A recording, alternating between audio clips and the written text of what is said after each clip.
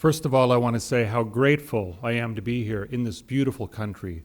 You must know how blessed you are to be in such a beautiful land. And with it's always nice to come here to Italy. As Ugo said, we do this conference in Italy, and then we go up into Germany. And I went on a mission in Germany and Switzerland, and sometimes I think, how can you compete with Italy, because it's so beautiful here with the landscape and the castles and the older buildings and the churches. It's just really nice. But today my talk is on Freemasonry and the temple. And before I get into my topic, I want to tell a short story. And imagine, just for a moment, that you're back to being very young and unmarried, maybe 18, 19 years old, and you want to go out on a date. And you're going to go out on a date with someone you've never been on a date with before. And so you have new clothes. Maybe if you're one of the ladies, you have a brand new dress you've been looking forward to putting on, and you put that on. Young men, you put on a nice shirt and pants. And you go downstairs and your parents say, "Wow, you look really good." And you go to the door, and your date's at the door, and your date says, "Oh, you look fabulous. You look so good. You look beautiful." Or handsome, if you're a young man. And about this time, you're feeling pretty good. And maybe you go to a restaurant and you're there, and a couple of friends from school come by and they say, "You look fabulous tonight. You look really good." And this time you're feeling really good. And then someone walks by and leans over and whispers in your ear, "Why would you wear that? That looks terrible on you. It just makes you look fat." Now, when you go home that night, are you going to think about all the nice comments you got and how well the date went? Or are you going to think about that one comment, that one negative comment by the person that you might not even know? And which one are you going to focus on? And that's the way it is with a lot of criticisms of the church. You hear the criticism, and you focus on that one criticism, and you forget about all the wonderful things and all the great blessings that comes from the gospel, but you just focus on that one negative thing. And that's how the Masonry topic sometimes is. It's one thing people focus on sometimes, and they use it they use the topic to try to discredit Joseph Smith and the entire church. And my feeling, I'll tell you right up front, is they really can't do that. It just doesn't work. And I'll even tell you the two basic arguments with Masonry and the temple. Argument number one is that Masons are bad. And Joseph Smith copied the Masons and put it in the temple ceremony. Therefore, Joseph Smith and Mormons are bad. That's argument number one. Argument number two is Masons used to think they're an ancient tradition. We now know they're modern, and their rituals were just made up. Somebody made it up. Joseph Smith did not recognize the ritual was just made up. Therefore, he was not a prophet, and we can dismiss everything with Mormonism. So those are the two basic arguments you can think about as I go into my talk. Now, the first, as more temples are built around the world, some of these questions come up from the members. What does this have to do with Masonry? I've heard something, or I heard something on the internet. And I have kind of a problem in talking about this subject. And just to get an idea, by show of hands, please raise your hand, how many of you in this room are both a Master Mason and have gone to the temple ceremony already? Nobody. So that's why using this as an argument against the church is so effective. Because the Masons have a policy of not talking about it. The Mormons have a policy of not talking about it. And so if someone just makes an accusation, the accusation sits unanswered, and nobody talks about it, and nobody knows whether the answer is true or not true, or the criticism is true or not true. And so it makes it a little difficult. So to help with this, I'm going to go back to the very beginning and explain some history. And we'll start with the Masons, and then we'll talk about the LDS and bring the two together a little bit. So Freemasonry has been around a long time. It's been the subject of over 50,000 books, pamphlets, and articles since it came into the world or revealed itself to the world in 1717. There is so much written on it, it would be impossible to cover it all in the time I have, but I'm going to try to get the main points across to you. Freemasonry is one of the world's oldest and largest non-religious, non-political, fraternal, and charitable organizations. It has about 4 million members worldwide. Its members are expected to be of high moral standing and are encouraged to speak openly about their membership in Freemasonry. Only men are allowed to be Masons, so it's a men-only group. And they meet together in a group known as a lodge. So the organization teaches moral and social virtues through participation in a series of ritual dramas. These dramas are a progression of plays which are memorized and performed within each lodge. They use stonemasons' customs and tools as allegorical guides and are believed by many to follow ancient rituals. The ceremonies demand a high degree of personal involvement. For example, one of the ceremonies dramatizes the murder of a man named Hiram Abiff, who is claimed to be the architect of Solomon's Temple. In this dramatization, if you were the initiate, you would be playing the part of Hiram Abiff. So you would be the person who gets murdered. So you don't have a lot of speaking lines with that, which is good. So the Freemasons use this active participation to reinforce learning. There's been a lot of educational research done which supports the Freemasons' claim that involving someone physically in events using drama helps people understand and remember the concepts being taught. One professor at my college teaches memory techniques. Part of what he teaches is how using body movement helps us interact with the material and remember it better. Freemasonry instills in its members a moral and ethical approach to life. Its values are based on integrity, kindness, honesty, and fairness. Freemasonry teaches concern for all people, care for the less fortunate, and help for those in need. They have traditionally cared for widows and orphans and engaged in acts of charity. These activities are very important historically, as government aid for the poor did not exist until fairly recently. Mozart's widow was one of the most famous to receive such charity. In modern times, they still participate in many acts of charity, such as funding children's hospitals. It's not a religion. Masons make no claims to helping people obtain salvation. They accept members of every faith, including Hindus, Muslim, anything. Just the only requirement to being a Mason is that you must believe in God. No Masons, no atheists can be a Mason.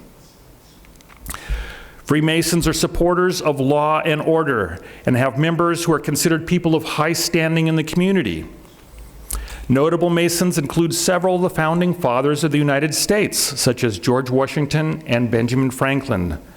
Many of the ideas of equal rights, elections, majority rule that are found in constitutions in many countries can be traced back to Masonic beliefs and customs. Other famous Freemasons include nobility of Great Britain, the German emperors Wilhelm I and Frederick III, as well as nobility and government leaders of many European countries. Now, I understand that when we talk about people of high moral character and we talk about government leaders of many countries, those two things don't always go together. I get that. But in theory, that's the way it's supposed to be. So with that short description of this altruistic and law-abiding group, why would anyone think there's a problem? Why are people concerned about the Freemasons? And how does that relate to Mormonism? And why are there so many books Da Vinci Code with Dan Brown, and Angels and Demons that all involve Masonry. Well, the first problem people have with Freemasonry is the insistence on secrecy.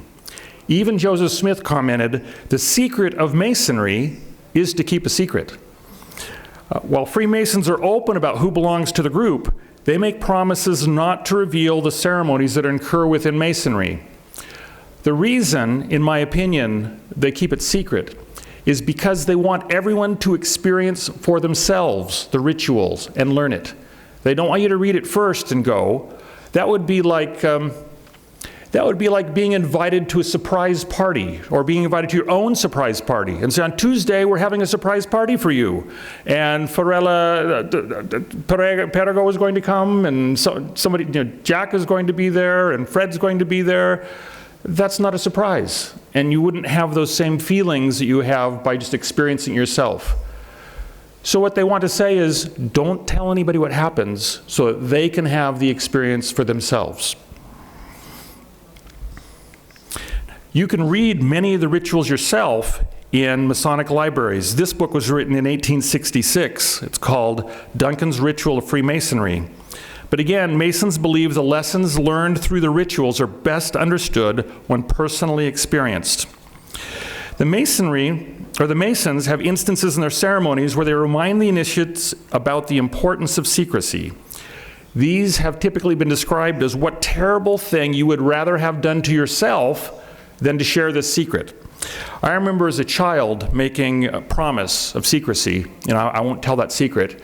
And then I would say, and this was very typical, good American children, we'd say, cross my heart and hope to die, stick a needle in my eye.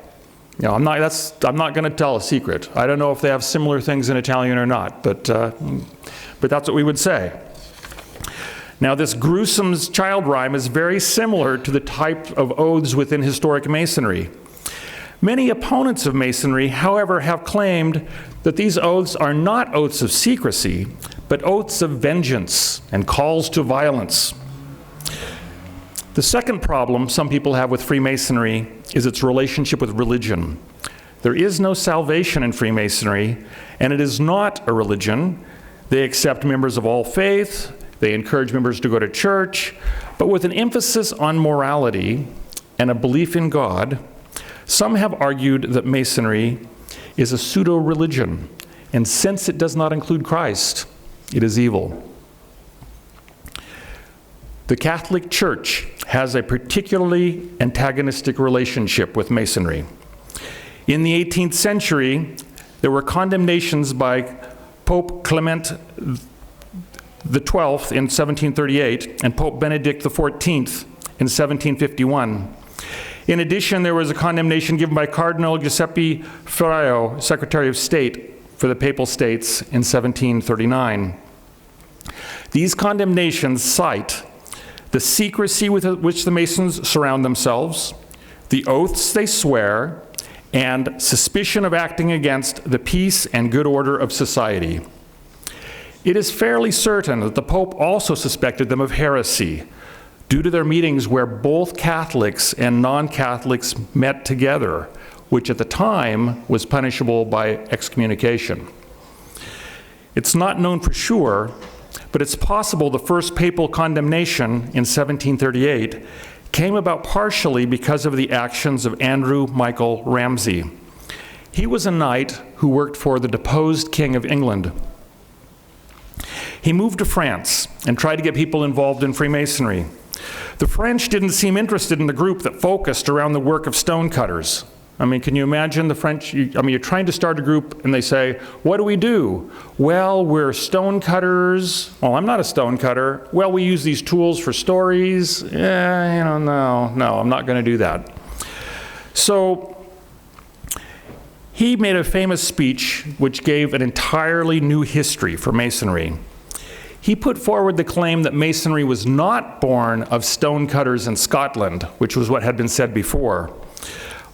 But the origins came through the Crusaders in the Holy Land that made vows with the Knights of St. John to restore the temple to the Christians.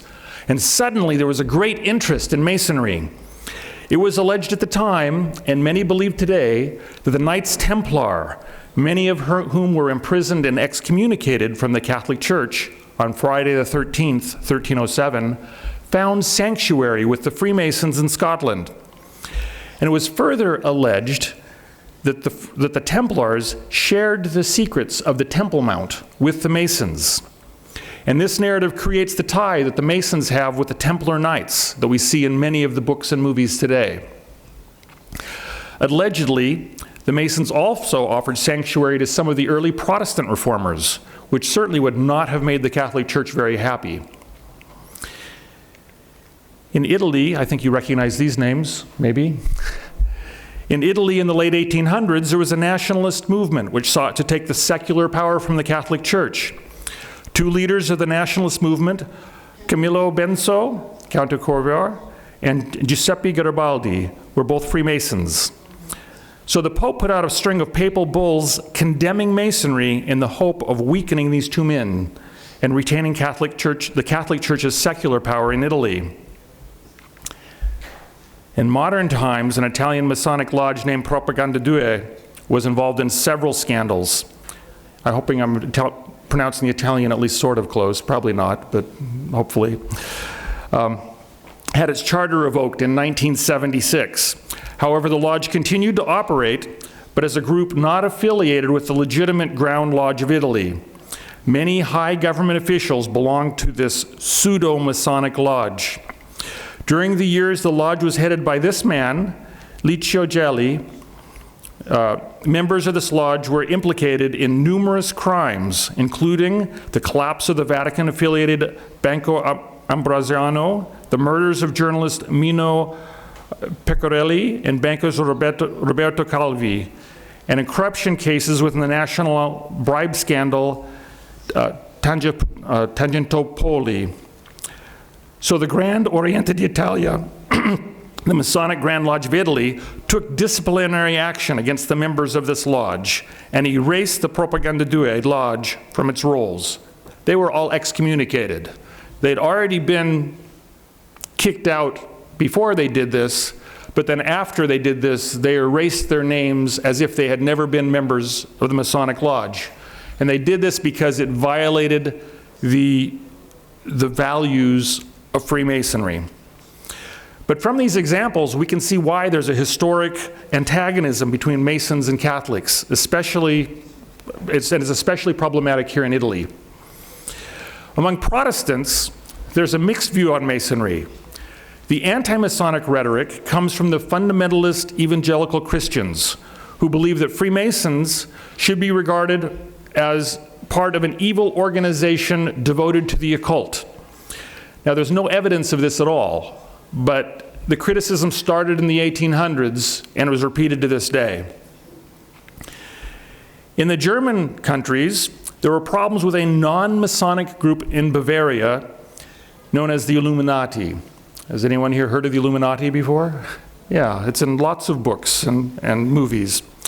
So in 1776, Adam Weishaupt, the dean of the law faculty at the University of Ingolstadt, established the Order of Illuminati and constructed a legendary history. Now, constructed a legendary history is a nice, polite way for saying he made it up.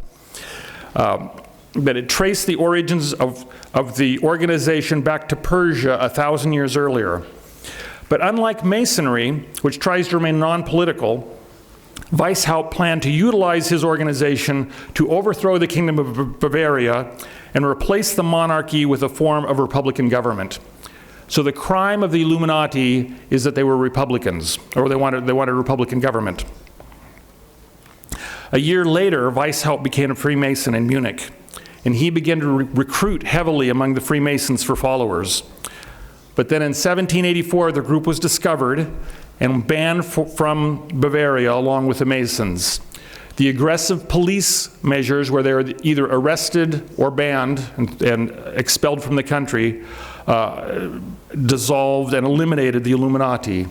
But rumors persist that the Order of the Illuminati continues to this day, and Illuminati are favorite bad guys for many novelists and many movie writers. In modern times, the Nazis under Adolf Hitler used an 1897 book titled The Protocols of the Elders of Zion. This book taught that the Jews secretly controlled the Masons, and the two groups together were working toward world domination. Anti-Semitism became closely tied with anti-Masonry. The irony with this is that the Masons were mostly Christians. There were very, very few Jews among them at that time. The anti-Semitic and anti-Masonic Protocols of the Elders of Zion book was actually a forgery put together by the Russian secret police.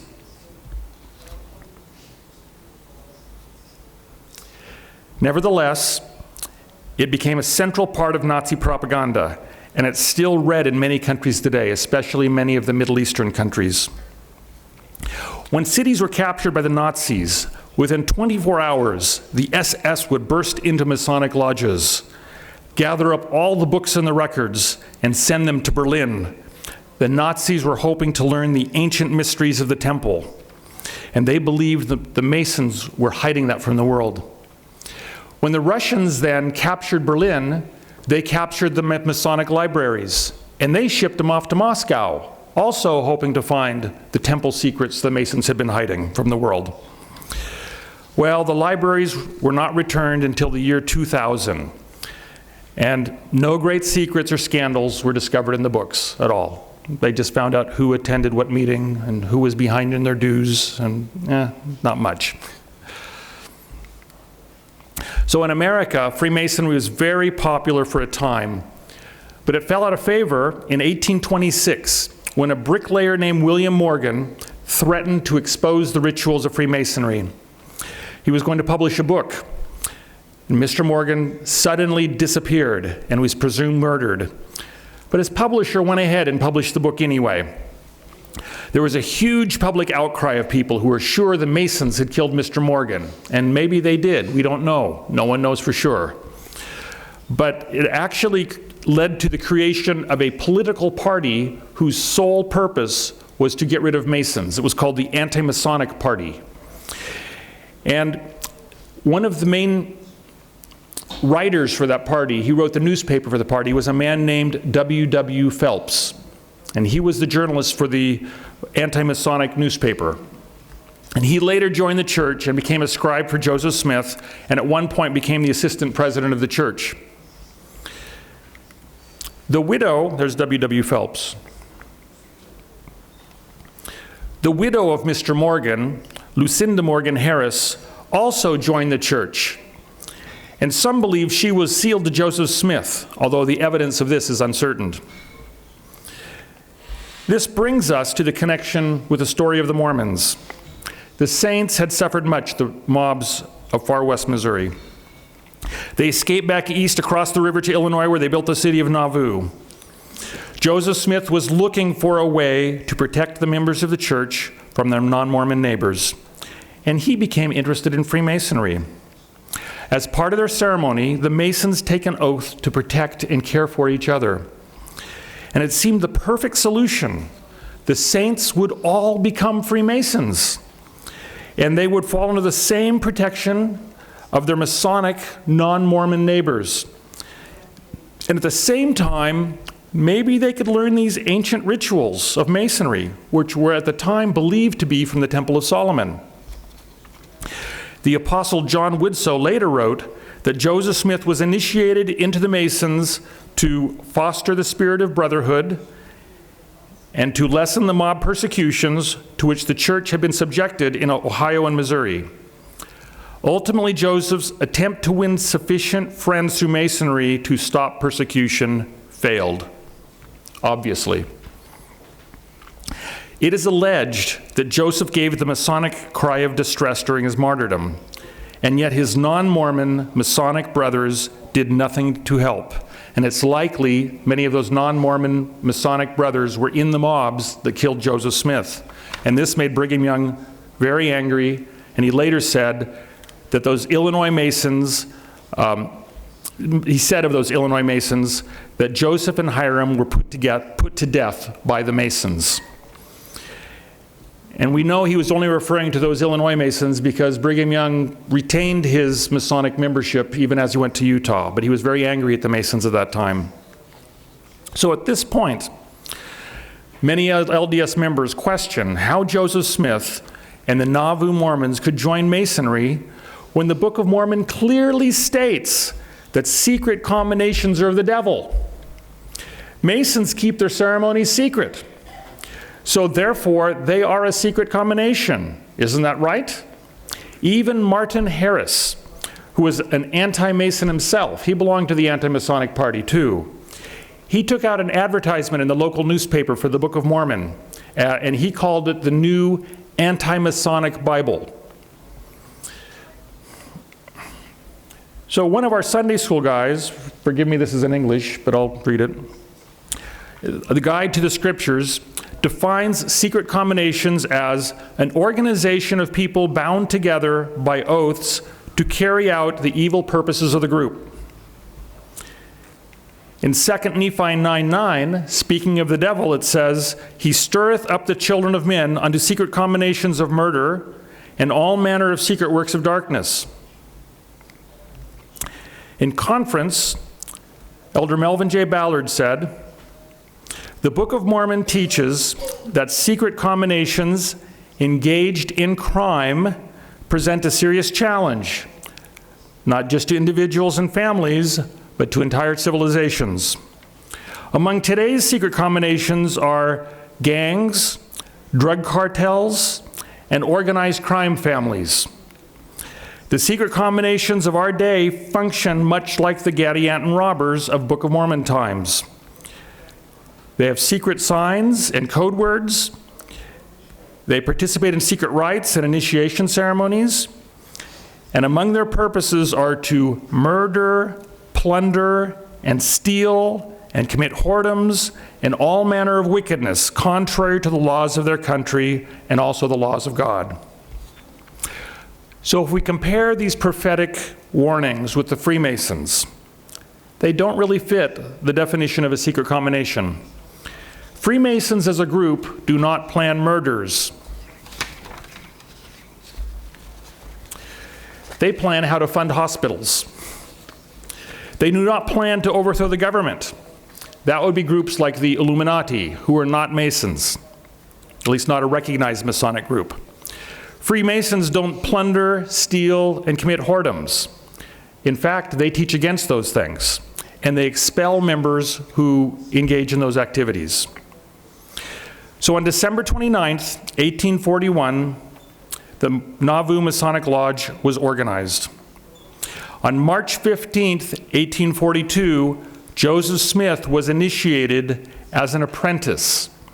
And then later that month, he was raised to the level of Master Mason. On May 4th of that same year, Joseph introduced the new endowment to 9 men on the second floor of his red brick store. He had the second floor prepared for the event. Now remember, this is before the Nauvoo Temple was built. There were no temples at that time, or the Nauvoo Temple was not there for that time. He had the second floor prepared by hanging canvas tarps and partitioning off the second floor into 5 rooms, representing the creation, the Garden of Eden, the earth after Adam and Eve's expulsion, in the present-day world, and the celestial room. And 9 of Joseph's closest followers were given their endowments there. At the conclusion of the endowment, Joseph told Brigham Young, "It's not arranged right, but we've done the best we could under the circumstances in which we are placed. I wish you," talking to Brigham, "to take this matter in hand and organize and systematize all of these ceremonies with the signs, tokens, penalties, and keywords." Brigham commented, "I did so, and each time I got something more. So that when we went through the temple at Nauvoo, I understood and knew how to place them there. We had our ceremonies pretty correct. Pretty correct." So if Joseph Smith created the temple ceremonies after he was a Mason, did he just copy Freemasonry to create the temple ceremony? to discuss that, let's talk about first what goes on inside of the LDS temple to the extent is appropriate in this setting. And just so you know, I checked, so we're okay. We're okay. The first and most familiar ordinance in the temple is baptism for the dead. Baptisms are performed in a font that rests in the back of 12 oxen. The font is modeled after the basin described in Solomon's temple in 2 Chronicles 4:4, where it talks about standing on 12 oxen with 3 facing each direction. Now, just so you know, a lot of people will say these oxen represent the 12 tribes of Israel, and I hear that in the temple all the time I go. And they do, kind of.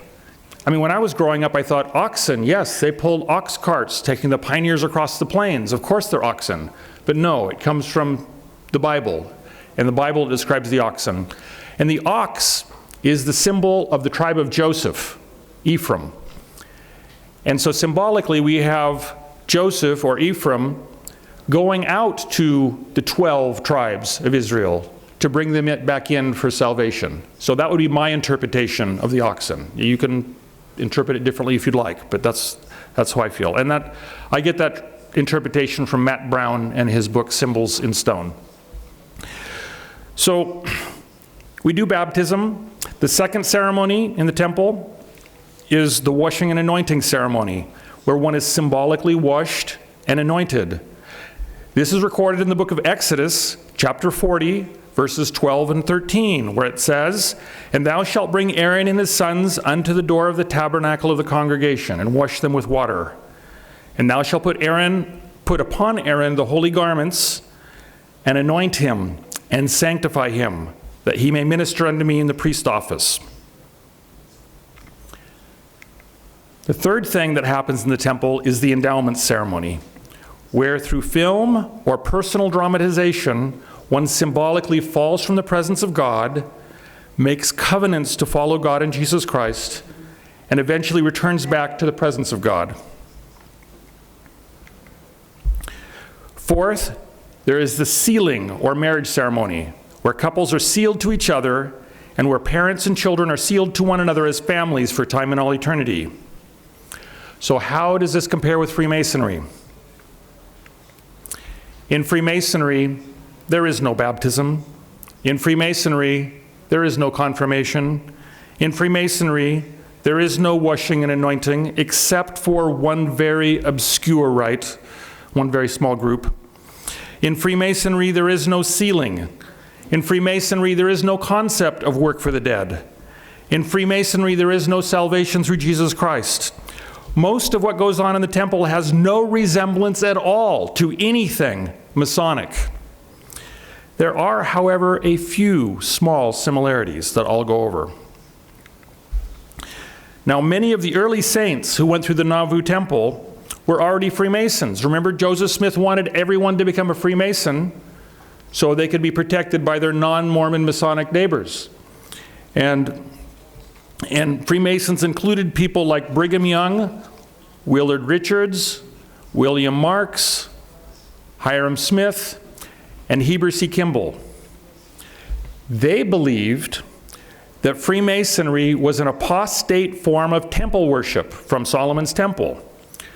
So just as they had no problem with Joseph receiving revelation on apostate practices of Christianity, they had no problem with Joseph receiving revelation on how the temple ceremony should be carried out.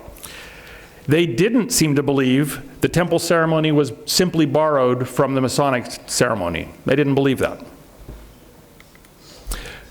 W. Phelps and Lucinda Morgan Harris, remember them from earlier? Both very strong anti-Masons. And Lucinda had her husband killed over Masonry. They were endowed in the Nauvoo temple, and they had no problems with it. And they did not believe the temple endowment was Masonry. After the temple ceremonies were performed in Nauvoo, the Masonic Lodge continued to operate. The other church members, who were also Masons, did not feel the temple replaced Masonry. They didn't believe it was the same. Even anti-Mormon writer Fanny Stenhouse wrote, "It's always been commonly reported, and to a great extent believed, that the mysteries of the endowment house were only a sort of initiation of the rites of Masonry. But I need hardly say that this statement, when examined by the light of facts, is altogether ungrounded and absurd." So if the Mormons and the anti-Mormons both believe who were familiar with both ceremonies, this is a group that knew the Mason ceremony and knew the temple ceremony, and they didn't believe there was a connection, the temple was Masonic, why does the question of connection still exist today? It exists because there are a few similarities between the Masonic rituals and a few of the phrases and actions used in the endowment ceremony. Additionally, there are a few Masonic-like symbols on the outside of the Salt Lake Temple. So let's talk about the similarities. And we'll first talk about the symbols on the Salt Lake Temple. Before the Salt Lake Temple was built, Brigham Young sent architects all over Europe to look at the many great cathedrals. We have beautiful cathedrals here, don't we? We have domos, we have lots of beautiful things. And the architects looked at those first before they built the Salt Lake Temple. I was just talking to one of the YSA members yesterday, and she was commenting on all the many symbols on the Catholic Church in her town that were like Masonic symbols. But it's likely that they got many of the ideas to design these symbols from here in Europe. And Matthew Brown goes further in his book, Symbols in Stone, and he comments that Joseph Smith talked about many of these symbols even before he was involved in Masonry. So many of these symbols have deep roots in Western Christian culture. And we can find things like handshakes, stars, pentagrams, the all-seeing eye. There's one large anti-Mormon website, and it claims the phrase, "Holiness to the Lord," which we find on all the temples, has been copied from the Masons, because the Masons also have that phrase in some of their buildings.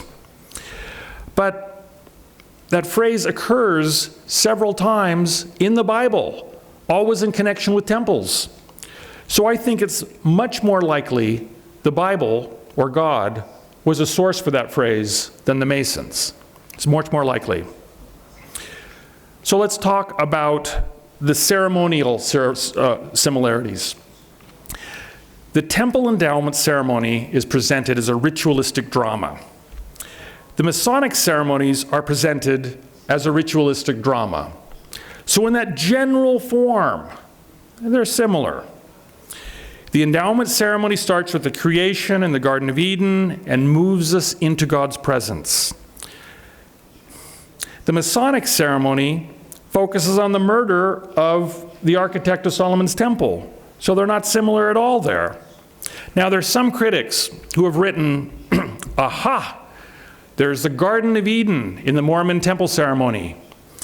And there's one group in France of women who existed in the 1700s, a small top secret Masonic group that existed just for a little while when they had some women Masons, they experimented with women Masons. And they too had a Garden of Eden in their ceremonies. Therefore, Joseph Smith must have copied from them. But I think there's a much more likely source of the story of the Garden of Eden than a top secret group in France that Joseph might have been familiar with. I mean, it's called the Bible. There are some short words and phrases, or some short word phrases and tokens of covenants used in the temple ceremony that are similar to word phrases and tokens of promises used in Masonry. But the Masonic word phrases and tokens are not related to the themes, teachings, or covenants made in the temple. It's also interesting to note that the similar short phrases used in the temple that are similar are not critical phrases in the endowment ceremony. They're more process words that are the same. Now, when the endowment ceremony was first done in Nauvoo, it was much longer. And as the endowment ceremony has been shortened, it's been interesting because it's the Masonic-like phrases that have been almost entirely cut. There's hardly anything that's similar at all now in the temple ceremony. Now, Catholic scholar, I should say, Italian Catholic scholar, Massimo Introvigini, is that how you pronounce it, I think? So, he writes, Introvigna, okay, Introvigna. He writes, anti-Mormons often read too much into similarities between the endowment and Masonic rituals. So here's a Catholic saying, it's really not there. He goes on to say, Smith used Masonic language of rituals for the purpose of confirming his followers familiar with Freemasonry into a doctrine which had no similarities with anything they heard in a Masonic lodge. Now, Masonic rites confer a series of degrees upon individuals. The three basic degrees are entered apprentice, fellow craft, master mason. Those three levels are put together in something known as the Blue Lodge, and that's basic masonry, Blue Lodge masonry. As the initiate makes promises, he shakes hands or performs other physical movements to signify this agreement. Now, if you think about it, in our culture, there are a number of ways to represent making promises or covenants. These include signing your name on a piece of paper, shaking hands, raising your right hand to the square, being immersed in water, eating bread and water or bread and wine, or even, in the American TV cowboy custom, spitting on your hand and then shaking hands for promise. I mean, I think some of the youth today in America, they'll say, do you swear? Yes, I pinky swear. And they do this. Those are little fingers, pinky swear. But in each case, these physical actions show that it is a token showing you're making a promise. Now, throughout time, God has also used various methods or signs to represent the making of covenants. In Genesis 17:11, it talks about circumcision being a token of the covenant. In Genesis 9:12, he talks about the rainbow being a token of the covenant. In Exodus 12:13, he talks about the blood on the posts being a token of the covenant. And in the Book of Mormon, when Captain Moroni asked people to follow God, they rend their garments in token of the covenant. So a token is a physical action that God asks us to do as we make a promise. And again, remember, we make tokens of covenants every day in our life as we sign our names. That's a token of covenants. That's a token. Now, if we remember back in 2 Kings, there was a man named Naaman. And Naaman was asked to wash in the River Jordan 7 times as a token of his humility. Now, we all know the River Jordan did not cure his leprosy. We know that. But God was able to cure the leprosy after Naaman did the physical action showing his humility before God. Whatever physical action is we do, the important thing to remember, it's the covenant or the promise that we make that's important, not necessarily how we symbolize that promise. Now, I will make one exception comment, and that's we have to remember that sometime God asks us to make the token of our covenant in a certain way, just like Naaman was told, you wash in the river 7 times, and God told him that. And so we shouldn't just discount or dismiss the tokens God has given us, but we have to recognize that it's not the token that's important, it's the covenant that's important, other than God told us to do a certain way. That's the only reason it's important. Now, there are other optional degrees in Masonry. There's only 3 degrees in basic Masonry, but there's 33 optional degrees you can do. And they're organized into 2 groups. One's called the York Rite, one's called the Scottish Rite, and one of the ceremonies on these 33 degrees, one of the ceremonies of the York Rite is called the Royal Arch Degree. And I bring that up because our critics bring that one up, because of the similarities between the Royal Arch degree and our temple endowment. And the Royal Arch degree involves people wearing priestly robes, and they pass through a veil to go into a Holy of Holies. And our critics say, see, that's where Joseph Smith got it. He got it from the Royal Arch degree. Well, the only problem is that Joseph was not a Royal Arch degree initiate. He was a Blue Lodge Mason and never did those optional degrees. Okay, so he knew a couple of people who were Royal Arch Masons. There were 2 or 3 in Nauvoo. One was Newell K. Whitney. He was a Royal Arch Mason. But passing through the veil, Holy of Holies, wearing sacred clothing, I've read that somewhere before, not in Masonry. Oh yeah, that's all in the Bible. So I would think it's much more likely Joseph Smith would have gotten those things from the Bible than from this Masonic ceremony that he probably wasn't even familiar with. Another similarity, both Masons in their lodge and Mormons in their temple ceremony use aprons. But the aprons are very different and have very different meanings. Our aprons are made out of green cloth. Their aprons are made out of white lambskin. Has to be, in their tradition, it has to be white lambskin. Our aprons represent the fig leaves sewn together to cover their nakedness. Their aprons represent something to cover the masons from dust as they work on the stones. So totally different meanings. Now, early saints believed that both Freemasonry and the temple endowment came from ancient temple rituals. Hugh Nibley, Matt Brown, and Jeff Bradshaw have done a lot of work showing ties between what is done in modern temples and ancient temples, and some of it's very good. Our modern temples seem to match the theme of the ancient temples, symbolically moving people back to the presence of God. While it's not the primary purpose of Masonic rituals, it is possible that some aspects of Masonic rites were fashioned after ancient temple themes. But there's still much disagreement over whether Masonic rituals are ancient or modern. Historians of Joseph Smith's day believe they were all ancient. The saints in Nauvoo believed they were ancient. Historians today, most of them believe they were modern. But in the modern creation, they tapped into some ancient traditions. So quite honestly, when was Masonry started? Where did the rituals come from?